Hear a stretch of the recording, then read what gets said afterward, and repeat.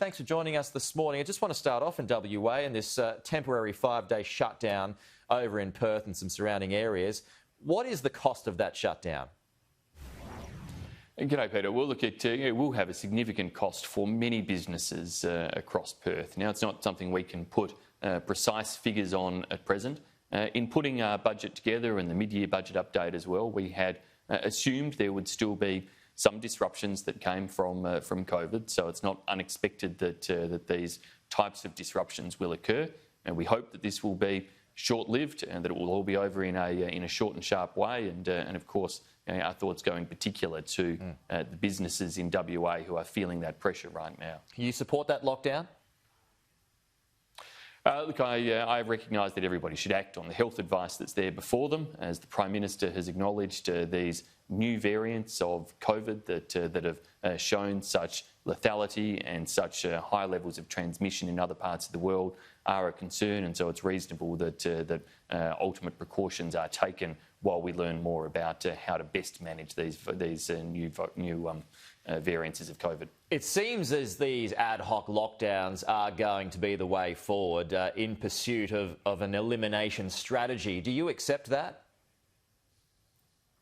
Well, Peter, again, I think if you look at the different ad hoc lockdowns, our approach has always been a preference for them to be as localised and contained as possible. And what New South Wales achieved over the Christmas period, difficult as it was for some people, but their success in, again, suppressing a cluster that broke out through regional and targeted strategies, some of them citywide approaches, but in terms of lockdowns, keeping that to a regional level, was again a testament to the success of effective contact tracing, isolating and very, very high rates of testing. And wherever possible, that should be the preference. But of course, Brisbane, Perth dealt with these new highly infectious strains, and we understand the ultra caution being taken to them. Just a couple of items on JobKeeper and JobSeeker, Minister, this morning. The Australian Chamber of Commerce and Industry, first of all, when it comes to JobSeeker, wants to raise it by $10 a day. Is that being considered? We'll make decisions about JobSeeker towards the end of March when the supplement that is there at present comes off. The JobSeeker alongside JobKeeper have been really important measures to get us through the depths of the pandemic. And let's understand that way back when we were facing really challenging circumstances, we had an effective unemployment rate in this country of 15%. We've brought that back down now to pretty much in line with the overall unemployment rate of 6.6%.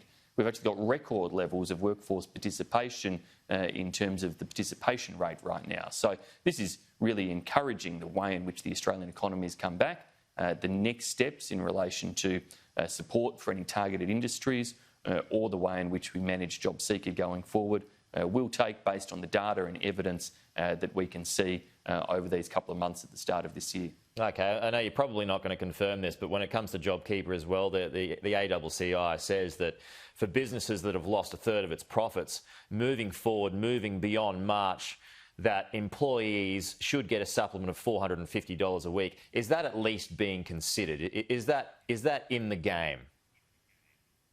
Look, we'll consider the evidence that's there and how best we target support. I think it's important firstly to recognise the vast extent to which Australia has come back. And that comeback has been enormous across our economy, with some 800,000 jobs being generated, more than 90% of those who had lost their work back in work, and the vast majority of those jobs being women back in the workforce, which is incredibly welcome. So that's very positive.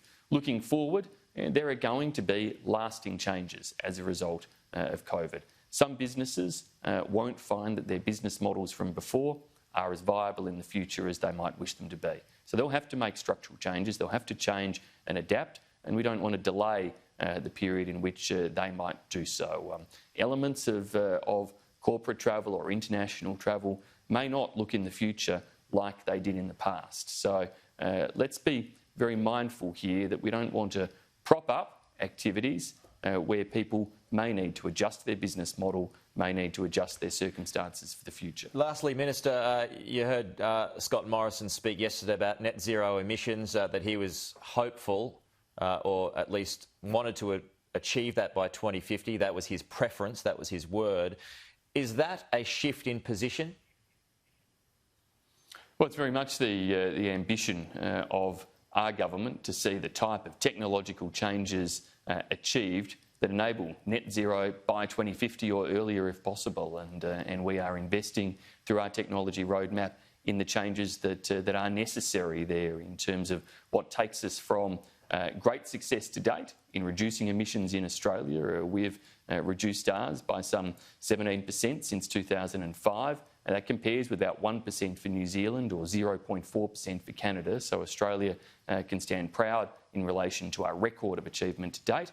Looking to the future, we know that it's got to move beyond a debate just about electricity generation and how we achieve emissions reduction across other sectors of the economy, in manufacturing of steel and aluminium, in relation to agricultural management and land use practices, whole range of different sectors. And that's why we've outlined 5 different stretch targets around hydrogen production, around soil carbon, carbon capture and storage, indeed manufacturing activities.